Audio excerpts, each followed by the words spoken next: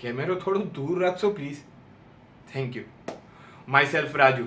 અને મારે જેન્ટલમેન બનવાની જરૂર નથી, કારણ કે હું પેદા જ જેન્ટલમેન થયેલો.